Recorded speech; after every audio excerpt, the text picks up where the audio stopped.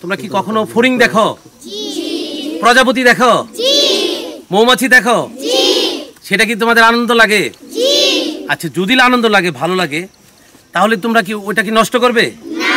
আচ্ছা, নষ্ট করবে না। তাহলে তোমাদেরকে বলি, ওরা যদি বেঁচে থাকতে হয়, তাহলে কিন্তু আমাদের প্রকৃতিকে বাঁচাই রাখতে হবে, গাছ লাগাইতে হবে, তাই না? খাদ্য খায় কে দেয়? খাদ্য গাছ থেকে ধান হয় না? আর এক ধরনের তো মাটি থেকেই তো হয়। এই মাটিটাকে আমরা যদি ভালো না বাসি, মাটিটাকে যদি আমরা ঠিক না রাখি, তাহলে তো আমরা এই মাটিতে কিছুই পাবো না। আমরা এই মাটি থেকে উঠে আসছি, একসময় মাটির সঙ্গে মিশে যাব। গাছও তাই, একটা গাছ একসময় মরে যায়, কোথায় যায়? মাটির সঙ্গে মিশে যায়। সব গাছ আমরা মাটি থেকে উঠি, মাটিতেই বিলীন হয়ে যায়। কাজেই গাছকে যদি বাঁচাতে হয়। টানা সপ্তমবারের মতো বেস্ট টিস্যু পেপার ব্র্যান্ড হিসেবে স্বীকৃতি পেয়েছে বসুন্ধরা টিস্যু। আমাদের মাটিটাকে আমাদের ঠিক রাখতে হবে।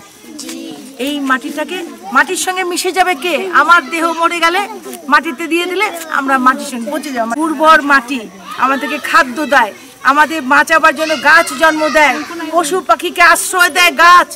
সেই গাছকে বাঁচাতে হলে আমাদের খাদ্য দেয়, ধান টান সব তো মাটিতেই হয়। সেই মাটিটাকে আমরা নষ্ট করবো না, তাকে ঠিক উর্বর রাখতে হবে, গাছকে বাঁচাতে হবে। আজকে জলবায়ু পরিবর্তন, আমাদের পৃথিবী উষ্ণ হয়ে যাচ্ছে। আমাদের পৃথিবী কিন্তু ধীরে ধীরে উষ্ণ হচ্ছে, গরম হচ্ছে। এটা কিসের জন্য? এটা কিন্তু গাছ না থাকার দরুন। আর যদি আমরা বেশি বেশি গাছ লাগাই, তাহলে কিন্তু এই প্রকৃতি আরো সুন্দর হবে, আরো কি সবুজে ভরে উঠবে। আমাদের প্রকৃতিতেও কি শীতলতা নেমে আসবে।